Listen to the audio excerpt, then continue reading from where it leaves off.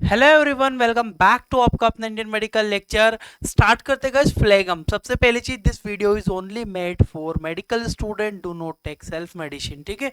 बलगम या फ्लेगम, देखो, एक होती है ड्राई कफ, एक होती है मतलब बलगम वाली या फ्लेगम वाली। फ्लेगम मतलब जो मुंह में बलगम बन के जो खांसी कंटिन्यूसली 1 महीने 2 महीने 3 महीने तक चलती रहती है। एक कफिंग होती है जो खुड़कुड़ खुड़कुड़ सूखी खांसी चलती है, वो भी लंबे समय तक चलती रहती है। क्या ट्रीटमेंट ऑप्शन बनेंगे, कैसे उसको ट्रीट कर पाओगे, किस तरह की कॉम्बिनेशन जो मेडिसिन है ना वो किस तरह से इस्तेमाल की जाएगी। वीडियो फिर से बोल रहा हूँ, only for medical student, pharmacist and doctors practitioner. बलगम या कफ का स्प्यूटम भी कहते हैं। सिंपली बात है, स्प्यूटम होता है क्या, सिंपल वो समझाता हूँ, फिर उसको तोड़ने का तरीका समझेंगे, उसके कॉम्बिनेशन दवाइयों के बारे में समझेंगे। जब यह गले में या फेफड़ों में जम जाता है तब ये बहुत सारी समस्याओं का सामना करना पड़ता है। खुड़कुड़ होना, कफिंग होना और बलगम ज़्यादा निकलना, बात करने में समस्या होना। बलगम का निर्माण जो होता है बेसिकली एक विशेष प्रकार की परत के द्वारा होता है जिसे म्यूकस मेम्ब्रेन कहते हैं। हमारे नेजल में या गले के यहाँ पे म्यूकस परत होती है, वो किसी कारण से इन्फेक्शन की वजह से डैमेज होती है, तो उसकी वजह जो फ्लेगम है वो बनने लगता है। यह म्यूकस परत अलग अलग, जैसे कि मुंह में होती है, गले में होती है, नाक में होती है या फेफड़ों में होती है। ठीक है। अलग अलग जगह पर आपकी म्यूकस परत हो सकती है जिसके डैमेज होने की वजह से आपको फ्लेगम बनेगा और कफिंग होगी।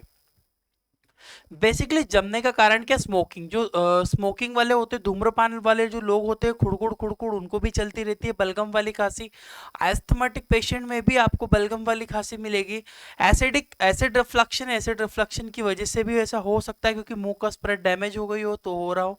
निमोनिया के पेशेंट में भी आपको देखने को मिलेगा फ्लेगम वाली कफ। ठीक है। इसके अलावा एक्यूट ब्रोंकाइटिस हो गया, इसके अलावा क्रोनिक ब्रोंकाइटिस हो गया, क्रोनिक ऑब्स्ट्रक्टिव पल्मोनरी डिजीज हो गया, इन सब के कारण भी आपको फ्लेगम वाली जो कफ है वो आ सकती है।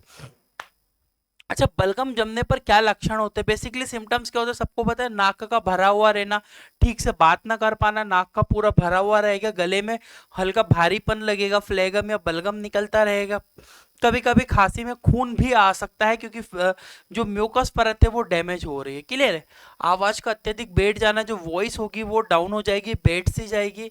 सांस लेने पर खर खर की आवाज है, मतलब शोषण करेगा, रेस्पायरेशन करेगा तो खर खर की साउंड पेशेंट को देखने को मिलेगी। इस तरह से आप आइडेंटिफाई कर सकते हो कि ये फ्लेगम वाली कफ है। ठीक है। अच्छा, बलगम का बेसिकली घरेलू उपचार तो बताऊंगा, आगे मेडिसिन भी बताऊंगा, कॉम्बिनेशन में आप क्या क्या इस्तेमाल कर सकते हो पेशेंट के। जिंजर हुआ, लेमन हनी के साथ आप इस्तेमाल कर सकते हो। और ब्रांडी वगैरह भी आती है, बस ओनली उस चीज़ के लिए, फ्लेगम के लिए। ठीक है। हॉट चिली पेपर होता है, इसके अलावा हनी होता है, मिल्क होता है, टर्मरिक मिल्क, गार्लिक होता है। बेसिकली अगर ऐसी कंडीशन बन रही है तो काली मिर्ची और लौंग वगैरह पीस के भी उसको इस्तेमाल करके शहद में इस्तेमाल करोगे, काफ़ी अच्छा इफेक्ट करते हैं। या फिर जिंजर, सिंपल जिंजर है, उसको सिंपली काट के हल्का नमक लगा के दांत के नीचे दबा के रखो, जो उसका जूस निकलता रहेगा वो पेशेंट पीता रहे उसको, तो उससे भी ये घरेलू उपचार से ठीक हो सकता है। अच्छा, हर्बल मेडिसिन में क्या ऑप्शन बनता है, मैं आपको एलोपैथिक भी बताऊंगा, हर्बल भी बताऊंगा, दोनों में। इसमें एक इफेक्टिव सिरप जिसके ज्यादा इफेक्ट देखे गए, वस्का अधातोड़ा वसिका के नाम से मिलती है। सिरप अधातोड़ा वसिका के नाम से मिलती है, वस्का सिरप होती है। फ्लेगम वाली कफ को काफी अच्छे से ये मेंटेन करती है। रिजल्ट भी इसके देखे गए, वस्का आधातोड़ा वसिका के नाम से मिलेगी। ये सिरप आयुर्वेदिक है, हिमालय के थ्रू फॉर्म होती है। सिंपली डोजेस की अगर मैं बात करूंगा तो याद रखना, 5 साल के सामान्य बच्चे में 2.5 ml, बच्चों के अंदर भी इस्तेमाल की जा सकती है। 2.5 ml हल्के गुनगुने पानी में मिलाकर भी आप दे सकते हो पेशेंट को, बच्चे को।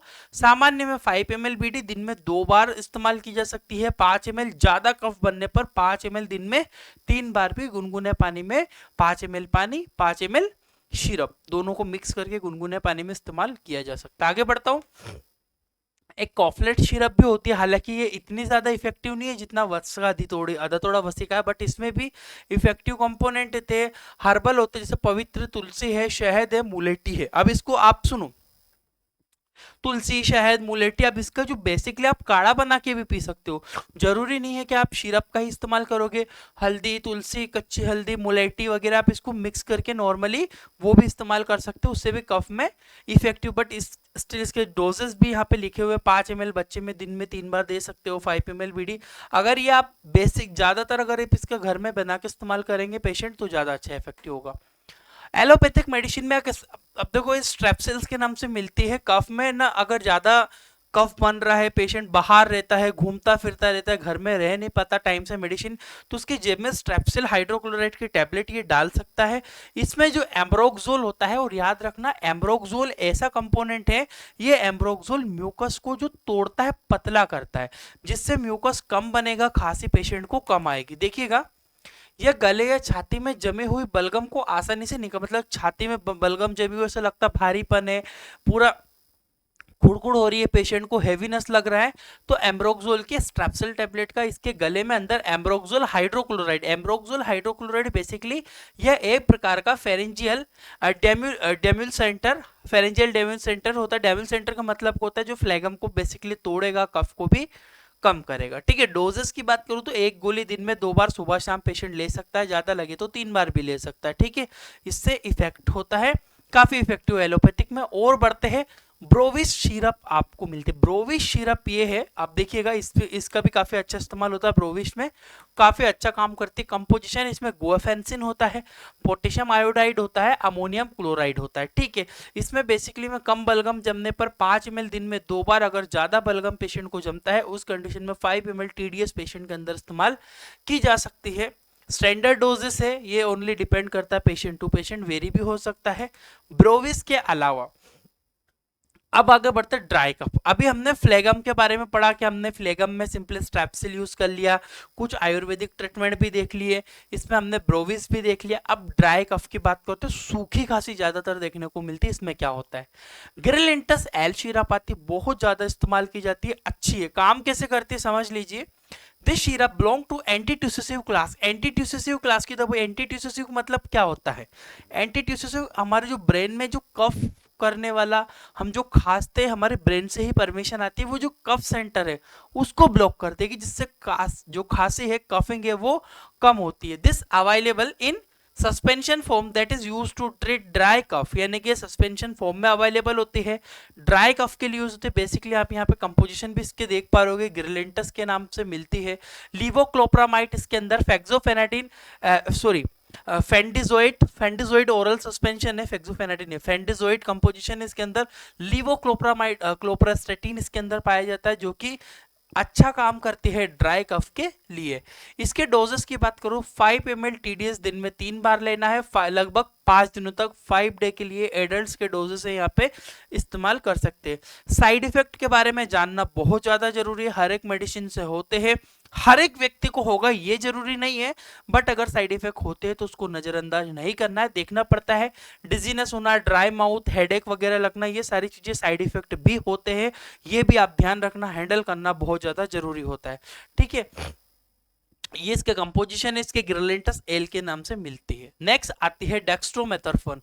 याद रखना, डेक्स्ट्रोमेथर्फोन ड्राई कफ के कोई भी आप किसी भी प्रकार का कॉम्बिनेशन लो, उसमें डेक्स्ट्रोमेथर्फोन होना चाहिए। डेक्स्ट्रोमेथर्फोन क्या होता है, इट इज एंटीट्यूसेसिव क्लास, ये भी एंटीट्यूसेसिव क्लास की दवाई होती है, जो कि activity in the part of brain that cause coughing, यानी कि मस्तिष्क में जो खांसी करने वाला एक सेंटर होता है उसको ब्लॉक कर देगी, जो कफ नहीं आएगा, सॉरी, जिससे क्या होगा, कफिंग नहीं होगी, खांसी नहीं चलेगी, यानी कि फ्लेगम वाली चीज नहीं है, ये काम करेगा ड्राई कफ में। क्लियर है, यहाँ पे डेक्स्ट्रोमेथर्फेन जेनरिक नाम से भी आपको मिल जाती है, मार्केट में डेक्स्ट्रोमेथर्फेन के नाम से मिलती है।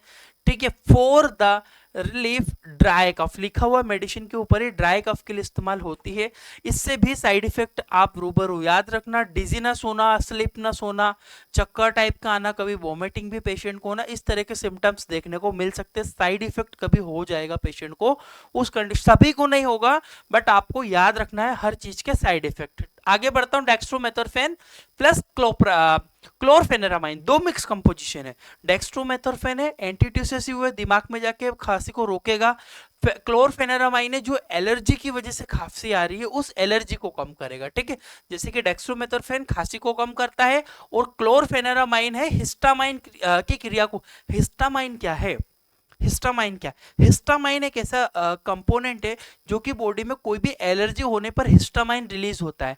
इस हिस्टामाइन की वजह से कफिंग आ सकती है, तो हमें हिस्टामाइन की प्रोसेस को ही रोक देना है। हिस्टामाइन को रोकने के लिए क्लोरफेनेरामाइन यूज किया जा सकता है। यूजेस की बात करूं, ड्राई कम में, रनी नोज में, वाटर, आंखों में पानी आ रहा है, छींके आ रही है ना, उस रनी नोज, नाक बह रही है, पतला पतला नाक बहते रहती है कंटिन्यूसली, ड्राई कफ में इस्तेमाल की जाएगी। आपको यहाँ पे कोरेक्स एक ब्रांड है, कोरेक्स डीएक्स के नाम से पुरानी ब्रांड है, यूज होती है, अल्कोहल फ्री है। कोडीन, कोडीन क्या अच्छा ओपियोइड कंपोनेंट होता है, कोडीन की वजह से बहुत नींद आती है। पहले की दवाइयों में कोरेक्स में भी आता था कोडीन, बट अब बंद कर दिया गया है, इसमें किसी प्रकार का कोई कोडीन नहीं है। अल्कोहल फ्री है, ना अल्कोहल पाया जाए, सिंपल कंपोजिशन है, डेक्स्ट्रोमेथोर्फेन हाइड्रोब्रोमाइड इसके अंदर पाए जाए, एंड क्लोरफेनेरामाइन भी मेलेटस के अंदर है कफिंग के लिए। कोरेक्स डीएक्स के नाम से अवेलेबल होती है मार्केट में। नेक्स्ट डेक्स, अब 3 कंपोजिशन मिक्स है इसमें, डेक्स्ट्रोमेथोर्फेन भी है। देखो डेक्स्ट्रोमेथोर्फेन तो ड्राई कफ में चाहिए ही चाहिए आपको, साथ में क्लोरफेनेरामाइन भी चाहिए, फेनेरामाइन भी चाहिए, ठीक है। ये तीनों का मिक्स कंपोजिशन होता है। इसमें फिनाइलफेरिन है, इसमें सॉरी फिनाइलफेनिन, क्लोरफेनेरामाइन और फिनाइलफेरिन है। फिनाइलफेरिन क्या करेगा? Reduce the swelling nasal passage. कभी कभी पेशेंट को इतनी जुकाम हो गई है, ड्राई कफ रही है, नाक में सूजन आने लगती है, इसकी वजह से पेशेंट को सांस लेने में भी प्रॉब्लम आ जाती है। उस कंडीशन में डेक्स्ट्रोमेथोर्फेन के साथ में, डेक्स्ट्रोमेथोर्फेन हाइड्रोब्रोमाइड के साथ में फिनाइलफेरिन भी होता है, हाइड्रोक्लोराइड एंड क्लोरफेनेरामाइन मेलेट भी होता है।